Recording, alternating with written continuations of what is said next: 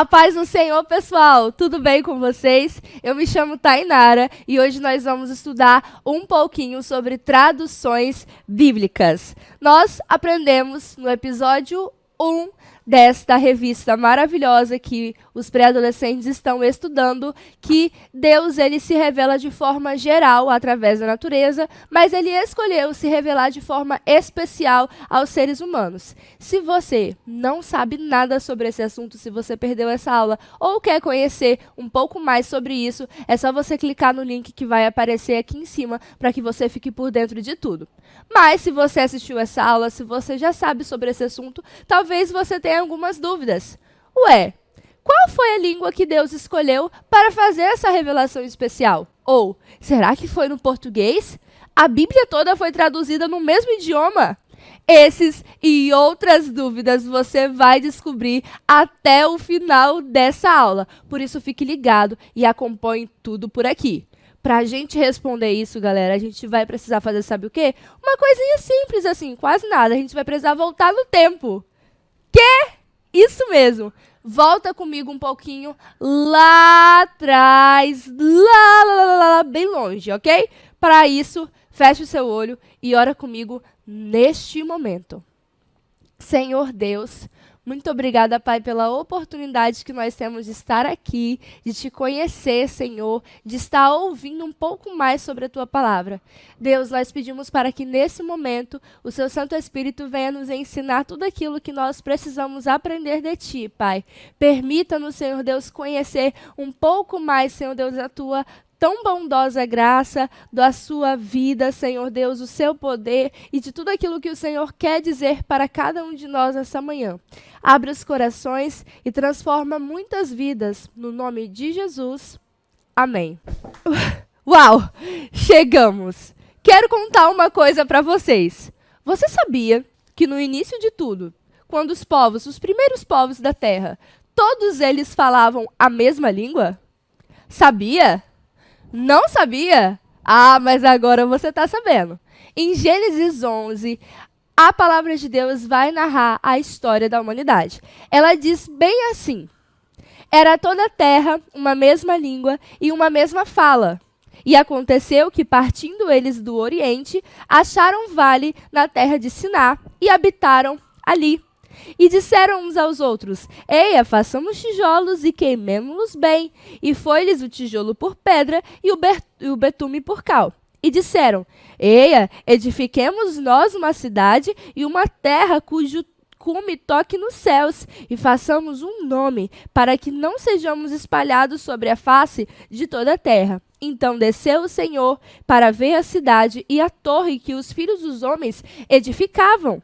E o Senhor disse: eis que o povo é um, e todos têm uma mesma língua, e isto é o que começam a fazer. E agora não haverá restrição para tudo o que eles intentarem fazer. Eia, desçamos e confundamos ali a sua língua, para que não entendam a língua do outro. Assim o Senhor espalhou dali sobre a face de toda a terra, e cessaram de edificar essa cidade. Por isso se chamou o seu nome Babel, porquanto ali o Senhor a língua de toda a terra confundiu, e dali os espalhou o Senhor sobre a face de toda a terra.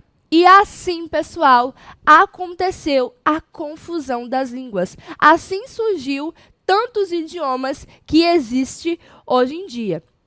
A partir daquele momento em que as línguas foram divididas e aí essas pessoas, elas se distanciaram, porque a verdade é que elas queriam estar juntas por soberba, para construir ídolos, para fazer o nome deles conhecido, em desobediência à palavra de Deus, que dizia que o homem deveria crescer e se multiplicar e povoar a terra. Eles queriam ficar juntos ali. Então, a partir do momento que Deus ele faz essa divisão das línguas, as línguas elas vão tomando outras características. Por exemplo, o português, hoje eu falo você. Há alguns pouquíssimos anos atrás, nós falávamos vós me ser no lugar de você. Então, as línguas, apesar de divididas, não tinham tantas como existe hoje em dia, mas elas foram se dividindo, se ramificando entre elas. Por isso que existem tantas línguas assim. Mas antes existia apenas uma língua. E aí você pode pensar, professora, dentre tantas línguas, qual foi a língua que Deus escolheu para que ele revelasse a mensagem tão especial que ele tinha para os seres humanos? Bom, Deus escolheu um homem hebreu por nome Tempo na tela. Qual foi o nome do primeiro homem a escrever um livro da Bíblia? Vamos ver quem vai acertar. Coloca aqui no chat se você souber. Estou assistindo essa aula em outro momento. Fala aí na sua casa. Se você disse Moisés, muito bem, você acertou. Moisés, ele tinha o conhecimento de muitas outras línguas, pois ele foi criado no Egito. Se fôssemos colocar hoje em dia, ele estudou na melhor escola do Egito, porque ele era o filho da filha de Faraó. Então, ele tinha um conhecimento de muitas outras línguas. Mas o Senhor escolheu o hebraico para que ele escrevesse os 5 primeiros livros das Escrituras: Gênesis, Êxodo, Levítico, Números e Deuteronômio. Uai, só! Agora ficou fácil demais, então? A Bíblia toda foi escrita no hebraico. Não, não é bem assim. Apesar da maior parte dos 39 livros do Antigo Testamento terem sido escritos em hebraico, algumas passagens no livro de Esdras, Jeremias e Daniel foram escritos em aramaico. Vocês vão entender daqui a pouquinho por que tem algumas passagens aí misturadas. Mas sim, majoritariamente, todos os livros do Antigo Testamento foram escritos em hebraico. E isso tem uma razão. Por isso eu quero colocar aqui para vocês algumas curiosidades sobre a língua hebraica. O hebraico faz parte das línguas semíticas que eram faladas na Ásia Mediterrânea. Também é chamado de línguas de Canaã, língua judaica ou judaico. Ele é lido da direita para a esquerda, como a maior parte das línguas semíticas. Apesar de popularmente ser considerado a língua da nação de Israel, ele também era usado em outras culturas 1800 anos antes de Cristo. Veja alguns exemplos: o calendário de Gesé, a pedra moabita, a inscrição de Siloé e as moedas dos tempos dos irmãos Macabeus.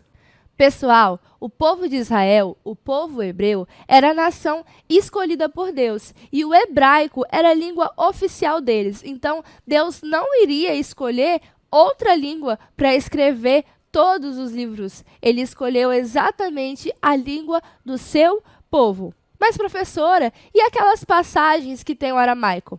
Olha, o aramaico, ele também é um idioma semítico falado há 2000 anos antes de Cristo na Síria, que não é a mesma Síria de hoje em dia, porque muitos territórios que estão narrados na Bíblia, hoje em dia já não pertencem mais àqueles povos. Perderam em guerras, em terremotos e tudo mais. Então não é a mesma Síria, mas ele era falado na Síria daquele tempo. E ele era uma língua de grande influência. E ele tinha uma gramática muito parecida com o hebraico, a língua do povo de Israel.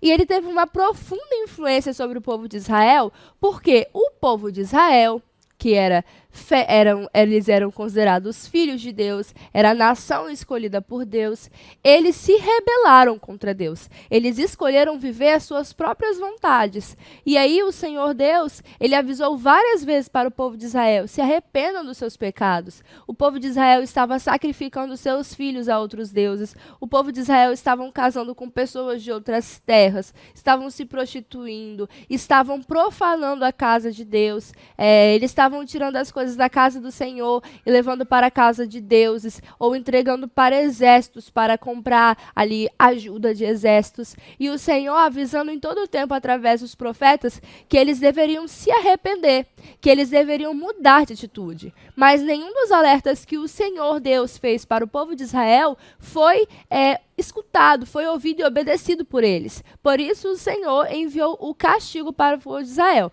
E qual foi o castigo? O castigo foi eles serem levados para a Babilônia, para a Síria. Então eles foram levados em cativeiro. Eles perderam a terra deles, porque se alguém está na terra de Deus, essa pessoa precisa obedecer os mandamentos de Deus. E eles não queriam obedecer. Então eles foram levados para as nações dos deuses que eles estavam adorando.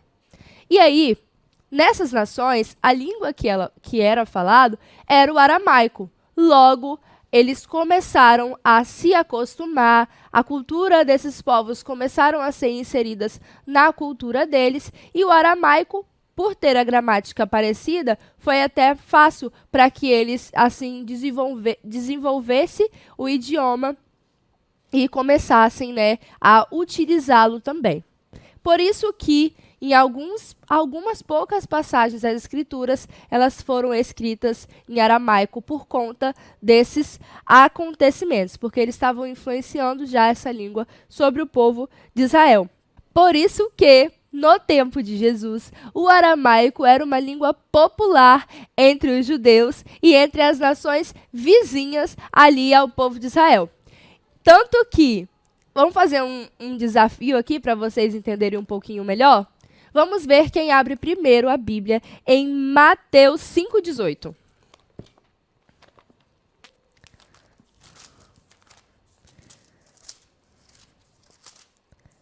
Mateus 5,18. Encontrei. Olha, como você pode perceber, a minha Bíblia ela é um pouco diferente, porque eu estou lendo Mateus no início da Bíblia, né? Essa aqui, pessoal, é uma Bíblia devocional, é o devocional Robert Murray M'Cheyne. O M'Cheyne foi um homem de Deus que ele organizou os livros da Bíblia de forma que nós lêssemos a Bíblia toda durante o ano. O Novo Testamento 2 vezes e o livro de Salmos 2 vezes. Então, a gente começa dia 1º de janeiro lendo Gênesis 1, Mateus 1, Esdras 1 e Atos 1. E a gente vai lendo assim, consecutivamente, até o dia 31 de dezembro. E a gente vai ter lido toda a Bíblia, ok? Então, se você quiser adquirir essa Bíblia e fazer o seu devocional diário com ela, você pode estar olhando o link que está abaixo desse vídeo. Então, para quem tem essa Bíblia, está na página 32 do nosso devocional, o versículo 18, que diz assim: porque em verdade vos digo que, até que o céu e a terra passem, nem um jota ou um tio jamais passará da lei, sem que tudo seja cumprido. Professora, olha, eu entendi o que Jesus quis dizer. É que pode o céu e a terra passar, mas nem a coisinha mais pequenininha da letra da lei não vai ser tirado. É isso mesmo. Mas, professora, o J não é uma letra pequena. Bom, não é uma letra pequena no português, mas o que Jesus estava usando ali era o alfabeto aramaico. E no aramaico, sim, o J é a menor letra. Ou em Mateus 14,36, quando Jesus está falando ali para o povo, ensinando a oração, ele faz a expressão Abba. E Abba, gente, é uma palavra aramaica também, que significa pai. Então, vocês podem ver que o aramaico era usado por Jesus e pelos seus discípulos e pelas pessoas ali da região de Israel. Mas vocês precisam sair daqui entendendo que não era usado apenas o aramaico, tá, pessoal? O hebraico também era usado. Porque, lembrando vocês, os escritos do Antigo Testamento eram todos em hebraico, com algumas exceções. Então, Jesus, como ele lia isso, ele estudava isso e ele ensinava, necessariamente ele precisava conhecer a língua hebraica, tá bom? ele, qualquer escriba, qualquer sacerdote, ou né, as pessoas ali, elas conheciam tanto o hebraico quanto o aramaico. Ah, professora, então o Novo Testamento também foi escrito em aramaico ou em hebraico, no mínimo. Todo mundo falava essa língua. Então, a maior parte do mundo hoje em dia deve falar aramaico também, né? Não!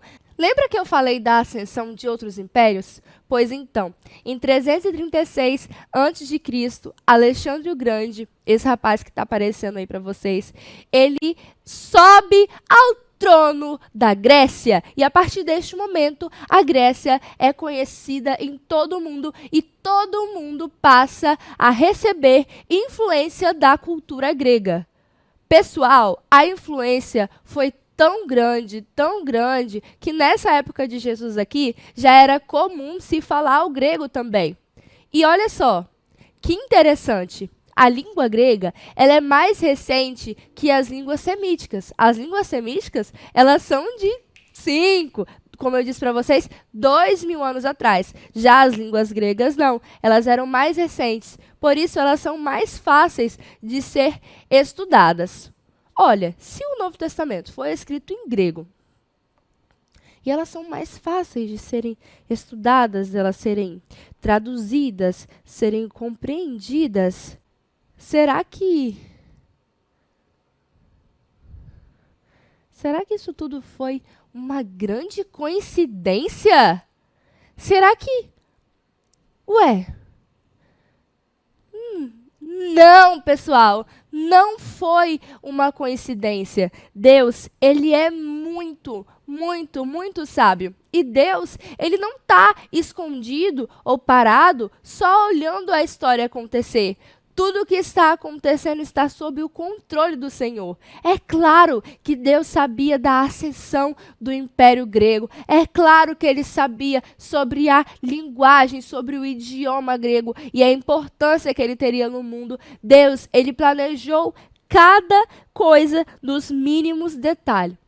E olha só que interessante. Pelo fato de ser uma escrita mais recente que as línguas semíticas, ela se tornou mais fácil de ser compreendida, estudada e traduzida. Agora, deixa eu te perguntar, será que isso tudo é uma simples coincidência? Com certeza que não, pessoal. Deus é sábio. Ele não está lá do céu só olhando para a história, tudo que está acontecendo. Ele está em todo momento controlando todas as coisas. E com certeza, Deus planejou isto aqui para que essa palavra maravilhosa chegasse nós até hoje. Por quê, professora? Porque é como se o grego, naquela época, tivesse uma influência como o inglês tem hoje. Olha, o inglês hoje em dia é considerado uma língua internacional. Onde quer que você for, nos aeroportos, nos hospitais, em vários lugares do mundo, você vai encontrar lá uma informação no idioma daquele país e abaixo você vai encontrar em inglês, porque é um idioma conhecido. Assim se tornara o grego também. Então pensa, se você quer contar algo para todo mundo, você vai contar numa língua onde as pessoas não vão entender? Claro que não. Você vai contar numa língua conhecida para todos os povos. Deus preparou tudo, para que no tempo oportuno seu filho nascesse e para que a sua mensagem fosse propagada a todas as nações. Tá. Mas se o grego era tão famoso assim, por que não traduziu tudo logo para o grego? Gente, por que não traduziu o Antigo Testamento para o grego, então? Não ia ser tão mais simples? Menina esperta! E foi exatamente isso que aconteceu. Comumente chamada de LXX. É o quê? Sim, LXX. A Septuaginta vem do latim e significa Septuaginta. Olha que nome bonito. Significa 70. É o quê? Quer saber um pouquinho mais sobre isso? Você não ouviu errado. Senta que lá vem história. E no episódio de hoje eu vou contar para vocês a história de como o Antigo Testamento foi traduzido do hebraico para o grego. Então senta que lá vem história. Bom, tudo aconteceu na corte de Ptolomeu Filadelfo, que reinou em 285 a 246 a.C. Ele possuía a maior biblioteca do mundo, a Biblioteca de Alexandria. Pois bem, o referido monarca, por proposta do seu bibliotecário Demétrio, solicitou ao sumo sacerdote judaico Eleazar que lhe enviasse doutores muito experientes nas Sagradas Escrituras para lhe preparar uma versão delas em grego. Ele já ouvia falar dos livros bíblicos e queria muito uma versão delas para enriquecer a sua vasta biblioteca. O sumo sacerdote, então, escolheu 72 eruditos, 6 de cada tribo, e enviou até Alexandria para fazer uma versão. E pasmem vocês, eles traduziram toda a Torá em 72 dias. Por isso, a Septuaginta recebe esse nome, pois no latim ela quer dizer versão dos 70. E essa é a história da versão mais famosa do mundo. Por isso, de 72 vem o nome Septuaginta, sendo essa a primeira mais completa e mais famosa versão do Antigo Testamento traduzido para o grego. E, gente, ela era tão influente que estudiosos acreditam que os magos que foram visitar Jesus quando ele nasceu para levar presentes tiveram acesso a esta informação, a essa promessa, a essa profecia através da Septuaginta que influenciara todo o Oriente. Deus é muito perfeito. Essa tradução só existiu para que ele preparasse todas as coisas para a chegada do seu Filho onipresente, onipotente, onisciente, o seu único Filho, o Salvador do mundo. Foi na Septuaginta que os livros foram divididos por assuntos como nós temos hoje. Pentateuco, histórico, poesia e profecia.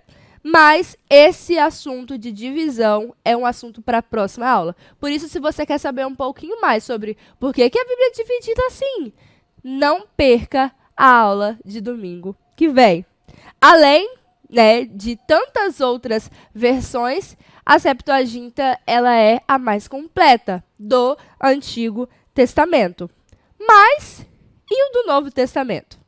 O Novo Testamento, como eu já disse para vocês, ele foi traduzido do grego. E ele teve a sua maior, mais influente, mais famosa tradução do grego para o latim, feita por Jerônimo. Enquanto o Antigo Testamento foi traduzido do hebraico para o grego e se chamava Septuaginta, o Novo Testamento, que foi escrito em grego, foi traduzido para o latim e se chamava Vulgata. Quê? Repete, por favor. É isso mesmo. Vulgata. Quem traduziu a Bíblia do grego para o latim foi Jerônimo, entre 387 a 405 depois de Cristo. 1795! Isso não é bagunçado, não? Como é que eu vou saber que eu estou lendo a Bíblia certa? Ótima pergunta! Jerônimo foi um homem de Deus, muito piedoso e um dos mais sábios do seu tempo em assuntos bíblicos. Ele era teólogo, historiador, pesquisador e um doutor da igreja. Ele exerceu grande influência sobre a igreja. E, comumente, quando uma pessoa exerce tanta influência assim e faz algo tão importante pela igreja, nós chamamos eles de pais da igreja. Então, Jerônimo é um dos pais da igreja. Ou seja, essa era a primeira vez que toda a Escritura, tanto o Antigo, tanto o Novo Testamento, foi traduzido para o latim. Nós chamamos essa versão de Vulgata. Dela, gente, que saiu a primeira impressão do mundo. E a partir dela, todas ou a maioria das Bíblias foram traduzidas para outros idiomas. Então, eles pegavam a Vulgata e traduziam para o francês. Pegavam a Vulgata, traduziam para o alemão. Pegaram a Vulgata, traduziram para o inglês. Sendo, a partir disso, a Bíblia se tornou um dos livros, não, o livro mais traduzido do mundo, com 1.795 línguas e dialetos traduzidos. Mas, ok, temos bastantes aí traduções, mas ainda não é tudo. Ainda nos faltam 1.000 outros idiomas para traduzir as escrituras. Calma, não é que cada tradução é uma Bíblia diferente. É a mesma Bíblia traduzida em outro idioma. Pode ser que, no mesmo país, tenham 2 ou 3 versões da Bíblia. Mas essas versões mudam algumas coisas no sentido da palavra. Algumas usam amor, aí a outra vem e usa caridade. Mas nenhuma Bíblia muda o sentido do texto, aquilo que o texto quer dizer. É uma palavra ou outra que na hora de traduzir, a pessoa entende que, não, ele está dizendo que isso aqui é amor. Não, no grego isso aqui é caridade, ok? Mas nunca mudando o sentido principal do texto. Deus, gente, ele preparou todas as coisas, absolutamente todas as coisas, para que nós pudéssemos aprender sobre ele e pregar ao mundo todo, pois ele mesmo disse: ide por todo o mundo, pregai o evangelho a toda criatura. E ele mesmo preparou o meio para que eu e você fôssemos alcançados e para que nós pudéssemos levar o evangelho a outras pessoas. Hoje, quando a gente vê a Bíblia traduzida em 1.700 línguas, nós sabemos que aquele que deu a ordem, ele também preparou todas as coisas para que nós pudéssemos cumprir. Tudo isso para que eu e você hoje pudéssemos ter acesso à palavra de Deus. Tudo para que eu e você hoje pudéssemos abrir as Escrituras, ler as Escrituras e conhecer o amor de Deus. Aqui no Brasil, lá na China, lá no Japão, em praticamente todos os lugares do mundo, existe um exemplar da Bíblia. Em alguns, existem alguns fragmentos, ou seja, só o livro de Mateus, só o livro de Gênesis, mas em todos os lugares do mundo existe um fragmento da Bíblia. Não há sequer um lugar do mundo, pessoal, onde a Bíblia não tenha feito diferença, onde a palavra de Deus não tenha ido. Existem lugares que são fechados, que são restritos, que não deixam a palavra de Deus entrar, mas de alguma forma eles estão sendo alcançados. Tem pessoas orando por eles, tem pessoas morrendo para que eles sejam salvos, para que eles sejam libertos. Lá em Gênesis, todas as línguas elas foram confundidas. Em Atos 2, narra a descida do Espírito Santo. E aí, homens que não falavam línguas sumérias e mediterrâneas, eles começam a falar as mesmas línguas lá de Gênesis. E ali, os povos, eles começam a se entender. E hoje em dia, muitas traduções têm feito exatamente a mesma coisa, porque o Espírito Santo ele continua conosco, com o propósito de levar mais e mais pessoas a conhecerem a Deus. Antes, todas as línguas foram divididas, mas chegará um dia pré-adolescente que todos nós estaremos juntos novamente. Todos os povos unidos novamente ao Senhor Deus, todos falando uma mesma língua. Claro, nós teremos ainda o português, o inglês e tudo mais, mas todos nós seremos um só coração com o nosso Deus. Glória a Deus, porque existem tantas traduções da Bíblia. Glória a Deus, porque Ele nos dá o Espírito Santo que nos permite falar outras línguas, línguas desconhecidas para cada um de nós, mostrando assim que Ele irá unir novamente todos nós. Glória a Deus por tudo aquilo que Ele tem feito e por tudo aquilo que Ele ainda vai fazer, por esta lição maravilhosa que Ele nos concedeu.